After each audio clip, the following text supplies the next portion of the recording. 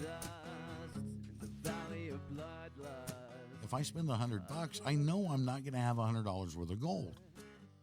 But No. you know what? You know what it matters to me is that I've bought pay dirt from different places around the United States. And what I like about that is that the base material, the ganj material, the waste material, boy, you want to talk about having something that's a great tool, because I will guarantee you that the dirt that comes in a pay dirt bag that comes out of Washington or out of Alaska or out of California, that base dirt that's in there, it's all going to be different. Mm-hmm. You know, if everybody, and even the gold's going to be different. Even the gold's going to be different. The gold's going to act differently. And to me, that's a great tool. Having a bag of pay dirt for that is a fantastic tool.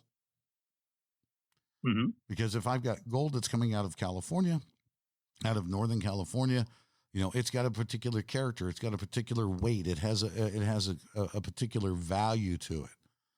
If I'm getting gold out of Alaska, it has a particular value to it. If I'm getting gold out of Indiana, it has a particular value to it. If I'm getting it, you know, anywhere that there are these areas where you have these companies that are using that area's gold. Okay. That area's gold.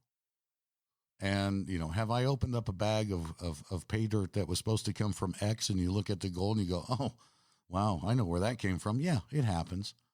It happens. Sure. Because, you know, unless you're running a mine, the chances are these pay dirt companies are having to even if you are running a mine, there's a chance that if they're doing a lot of volume, that they have to subsidize some of that gold, and they are purchasing gold. I don't care. I don't care. But I also don't have an expectation, and I'm going to say this over and over, that if I spend $100, I don't have an expectation that I'm going to have 60, 70, 80% of a return. Right. My return is what it is. Now, right. I look at this a little bit differently, and I understand that. But it's also, I'm going to go down this real quick, because an ounce of gold to me right now, today, cost me about $350 an ounce. Mm-hmm. On your spreadsheet and based on your average cost. Absolutely. Mm-hmm. Now, you've never seen my spreadsheet. You've heard me talk about my spreadsheet. I guess, you know, I've said it. Let's talk about my spreadsheet, because I really want to talk about, you know what? Maybe I'm done ranting about pay dirt. Am I done ranting about pay dirt? Let's see. Okay, let's talk about something. Let's talk about something that's really positive. That's really about prospecting. Actually, I think talking about pay dirt is really positive, as long as you go into it with the right attitude and you understand what you're going to get. You're going to get a bag, and in that bag is going to be gold. Yes. And if that gold has a value to you for your convenient experience, then guess what? You got your value. Okay. Right. Enough of that. So now let's talk about something that I think is really positive, and how this world has changed over the years, and how this becomes so very, very cool. About 40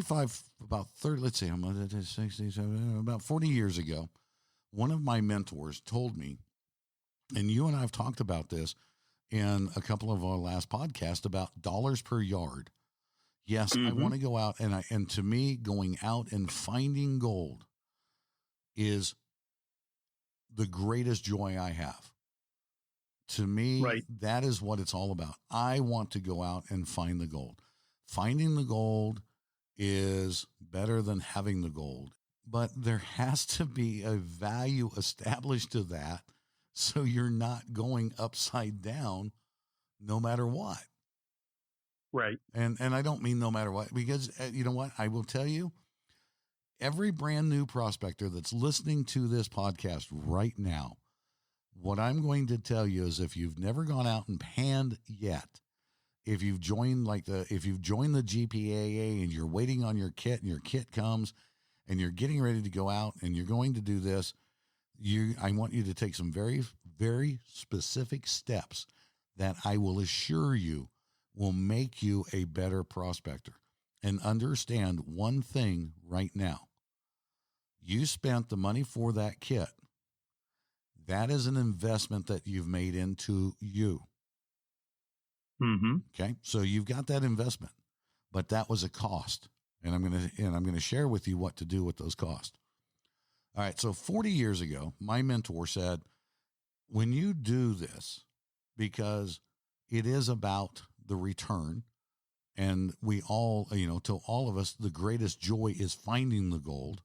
But if we're going to continue to go out there and we're going to continue to find the gold, then we have to assess some sort of value to that. And we're like, oh, you know what? You're right. You're absolutely right. I can't go out and spend, $50,000, $60,000, $70,000 on going out and finding zero gold or a little bit of gold or a few ounces of gold or, even a pound of gold, whatever. Right. There has to become a point where, and this is where you become a better prospector. He said, everything you do, when you go on a trip, everything you do, write it down, put it in the book. Every penny of gas, every penny of water, every quart of oil, anything and everything. And that is an expense. And when you go out and you prospect and you find gold and you know what that gold weight is and you've got it all done, you put that in at spot price on the other column, on another part of your little book. And I did that. And I've done that ever since. Now, over the years, I went from the little pocket pal, the little pocket notebook, little spiral notebook, and then a binder to everything on a spreadsheet. And I will tell you that every prospecting trip I've been on over the last 4 decades is in that book. Mm-hmm. And the better prospector I became, and I looked at that. I looked at those numbers. And I'll tell you what, when Excel, when the personal computer came around in Excel and you had spreadsheets, and I started throwing everything in the spreadsheet and converting it over, oh my goodness, man, did I get to see how to become a better prospector.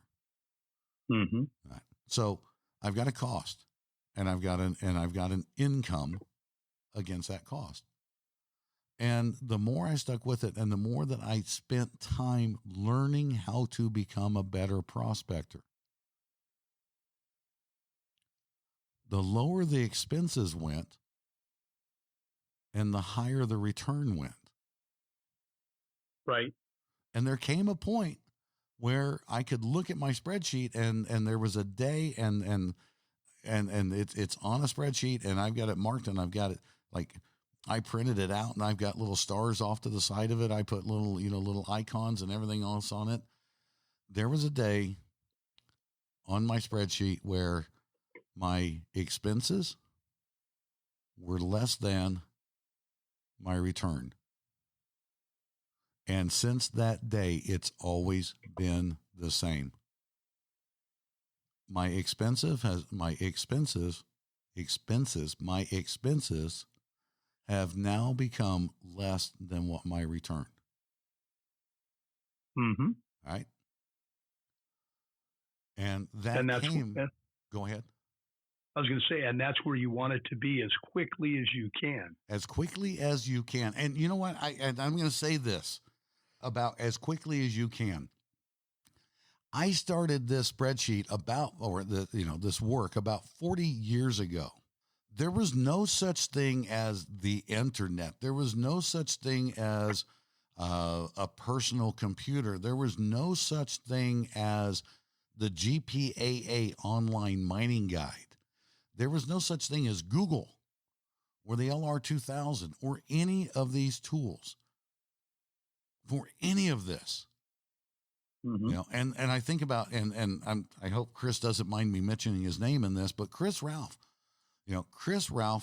went to school and became a mining engineer. That's his degree. He's a mining engineer. And when we were sitting around talking about it on the podcast, he said, well, hold on. I'm not a geologist. I'm a mining engineer. I learned all of my geology. I've self-taught my geology. And it's not, and so am I. I've taken geology classes. I've taken some economic geology classes. Do I have a degree in geology? Absolutely not. So, I've taken classes and I've done this and I've done that, but I'm basically self-taught in my geology as well. Mm-hmm. And I look at what's on YouTube right now or, online. And well, I'm jumping too far ahead. So in all of these years, in these last 40 years, there's been this, then this, and this, and this, that comes up to right now and here today of all of my knowledge and all of my experience that has made me the miner that I am with the knowledge base that I have. Now I think about a guy like you that 10 years ago, you didn't know anything about prospecting, did you? Nope. So 10 years ago, you decided I'm going to start prospecting and you surrounded yourself. Now you're an all-in guy. I understand that you're an all-in guy. Yes. And so 10 years ago, you started studying, you started reading, you started, you God knows how many, yeah. Do you read a book or do you go onto YouTube and look for the same exact thing? No, I read a book. Oh, okay. And I studied historical books. I studied the reports from the mines that they would send to the states and the federal government. Right. And I looked where the mining areas were, and then I started looking at those mining areas, and you start to distill all that down, and you make reasoned decisions on where to mine. Absolutely. And so I took a lot of time. That's what made me the prospector that I am. Right. And again, I immersed myself in it. In 10 years, you have grown by leaps and bounds. I mean, I can honestly say in the time that I've known you and the things that I've watched you and what you've grown in, and just in this short period of time, that was, in 10 years, you've done what most of us that started 40, 50 years ago, you've done what it took most of us 25 years to do, because a lot of that stuff wasn't there. And there's not a day that goes by that I don't talk to you that you haven't told me about this YouTube video or this that you've watched or that. Okay, fine. You know what? You can sit here and tell me that all you do is read all day long. I know better, and I'll call you out on that one, because I know you watch YouTube videos about prospecting and different things like that. I know you do. You self-admit it. But in the beginning, you did what you did to immerse yourself, and now the next class or the next little phase, sure, you might be able to find it on YouTube because it's easier than trying to find that source book. It may be. I don't know. I don't know what depths you go to. I know that I have a huge library of books and I've got them all as references, but I'll admit I spent a lot of time on YouTube looking for very specific information. And I shouldn't say just YouTube, but everywhere. If I need a mining report that I used to have to call the county for and try to get that mining report, or go find a book that was written back in the 1800s by the Bureau of Mines and Minerals and get that information, now that's just a few mouse clicks away. Right. So the point that I'm making here is that over the last 40 or 50 years, there's been this much progression. And then you come along 10 years ago and you've made this huge leap. I mean, you've made a huge leap. And with all the information that is out there today, think about how far that guy that starts today, that listens to this podcast or something, been, seen something or saw something pop up on YouTube while he was looking at, I don't know, how to grow potatoes. It's kind of an inside joke. That says, you know what? I want to look at this. Think about how far that guy's going to be in a year from now. If he puts the same energy into it that you put in 10 years ago, and used everything at your disposal, and you think about the things that guys like myself and a lot of us that are, they're in our 60s, pushing our 60s or in our 60s, look at what we worked with. Look at what we had to do to get to where we are now. And look at where, how far you've grown. The guy that says, I'm going to sit down right now and I'm going to start going to the computer and I want to learn all I can about gold prospecting, he's going to do in a year what took you 10 years. He's going to do in 3 years what took us 40 years to do. Mm-hmm. Because it's just that simple. It really is just that simple. That day that my expenses and my recovery went above, when my recovery went above my expenses, and since that day, it's always grown. And the way that I do this and the way that I've laid out my spreadsheet is every time I go out, to this day, I put what it cost me to do it. And then I put what my recovery is. And there are some days, honestly, where, I spent, well, not just one day, but, in trips. I've had trips where it's cost me $800 or $900 for travel and fuel and everything else. And I've gotten back, $40, $50, $60, $70. And what that does is it lowers it, it just kind of kicks or it lowers my value. It all works out. Because I've had other days where I've spent $3 on fuel in my side-by-side and maybe a pack of AA batteries for my metal detector. And I've gone out and I've found a couple of quarter-ounce nuggets or a 1-ounce nugget. So a $3 investment or a $10 investment netted me $1,000 return. Sure. No matter what you do, you put it onto a spreadsheet because you can see what your cost is and you can see what your return is. And when you're first starting out, you are going to be upside down. Doesn't matter. Mm-hmm. But now you become a better prospector. Now you learn how to follow trends. Now you learn how to study. Now you learn how to do all these things because there comes a point where you go, you know what? I know about this ground. I've read everything historical about it, so on like that. And I'm pretty sure that I'm going to go out here and I'm going to do a Kevin Bell thing on Mining Thursday, and I'm going to spend $20 in gas, some fuel, call my mileage, do this or do that. And at today's spot price, I'm going to get 50. What did you say you got? A little bit over a gram? Yep. 1.06. Okay. All right. So on today, I made $50 in gold. I made $55 today in gold. I made $55 in gold. And my costs were $30. Okay. That's a net. That's a net gain. And as you start to do that and you become a better prospector, you will watch that shift drastically. But with everything that's available right now, you can do it faster. I believe you can do it faster. When I ordered my first economic geology book, it took like 3.5 weeks to get to me. 3.5 weeks. It was a month while I was waiting on a book that I needed for a very specific reason because there were no resources out there. Now I can get everything that's in that book with 3 clicks on the computer. Everything. Mm-hmm.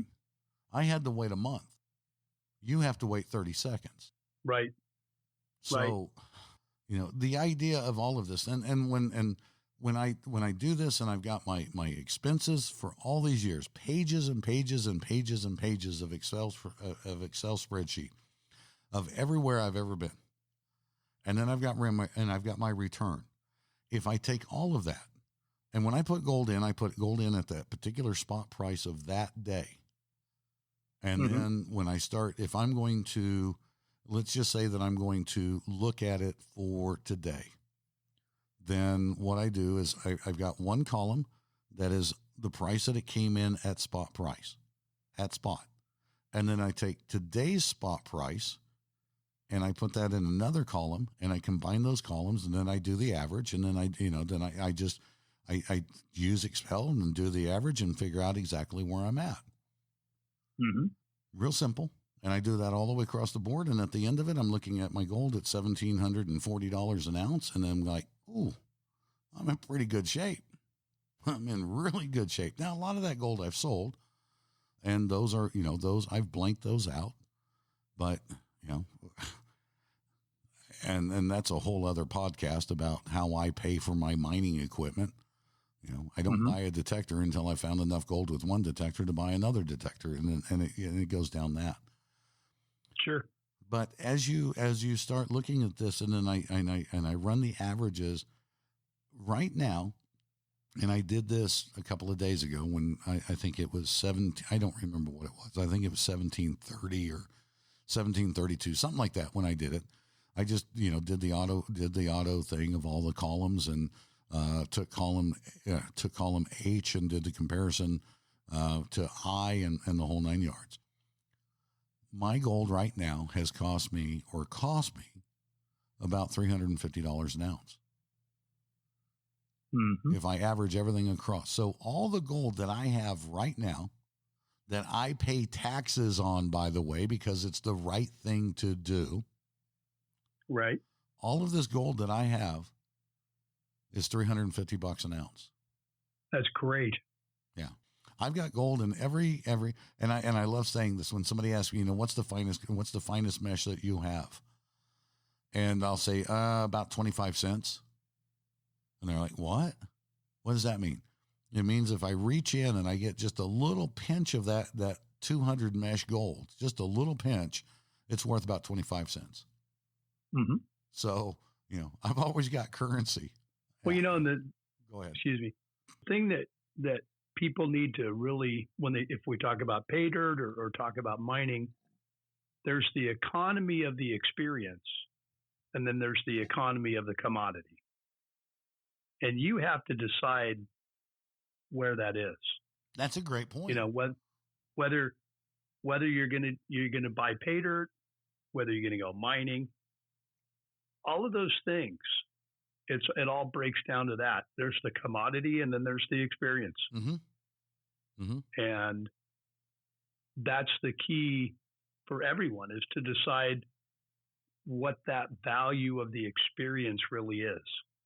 There's no value greater for me than to experience going out and finding the gold in the ground, getting it out, and taking it home and having that gold that's been liberated by you. That is huge. It is huge.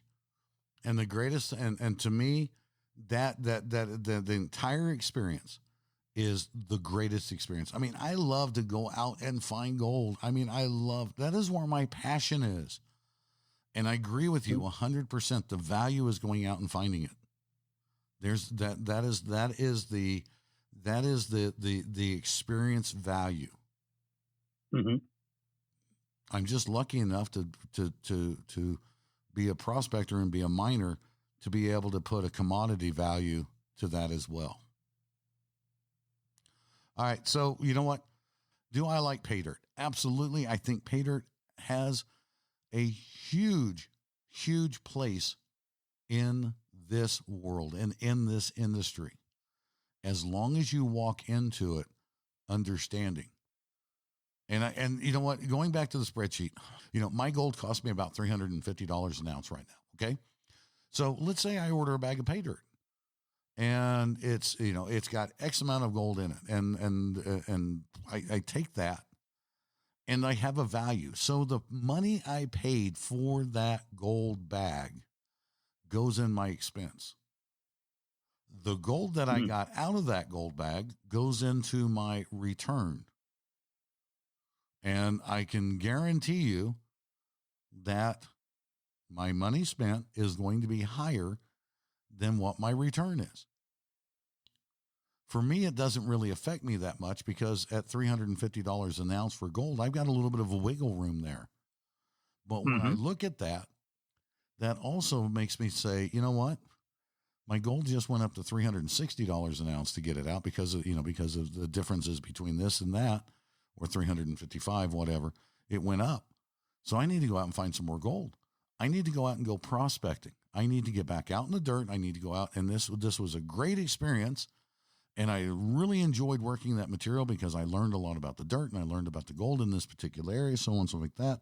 But now I'm going to go out and I'm going to go prospecting. I'm going to follow a trend. I'm going to do what I know to do. And I go out and, you know, like I say, I go out and I have a really good day. I spend $20, I make $50. Okay. Mm-hmm. That brings that 360 down to 354. And then the next time I go out and I get a little bit, and, you know, I get a little bit more gold in that, and I've got my expenses and I've got that. And now I'm back to 350. And then, you know, I go out and I find a really big nugget with my metal detector. Ooh, okay. That dropped my price down to 320. Doesn't matter. But if you want to become a better prospector, absolutely buy Paydirt. Buy Paydirt. Nothing wrong with it. Use it to have that convenient experience. Use it to learn. Use it for however you're going to want to use it, but realize it's an experience. And I challenge you that when you buy that bag of Paydirt, to start an Excel spreadsheet or start a book or whatever that says you paid X for this and I got this back. And if you're into prospecting, and if this is what you want to do, and you are all in on prospecting, you're going to look at that cost and you're going to look at that and you're going to become a better prospector, because now you want to make it even. You want to make it equal, that my cost and my return were the same. And then on my next trip, I want my return to be higher than my cost. And from there, it just goes up. So that's the value of Paydirt. It's a great training tool. It's a great thing to have. It's a great way to just have an experience. That's it. All right, I'm done. Anything else? Anything else we need to throw in there? No, I think we're good. Okay. If you like this podcast, please go to our Buzzsprout channel, onthegold.buzzsprout.com, BUZZSPROUT, and click on your favorite player from the On the Gold podcast website. Pick your favorite player and give us a like and a subscribe. And we appreciate everything that you're doing. We appreciate that you listen. You know, our numbers are growing like none of us expected. Our numbers are absolutely growing.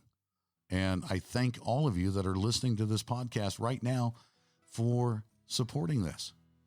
You know, we're not monetizing. We're not doing anything. This is just listener support. Thank you, everybody. Please be good to yourself, be good to others, and go prospecting. Just get out and go. I'm making my way down. This valley's a ghost town.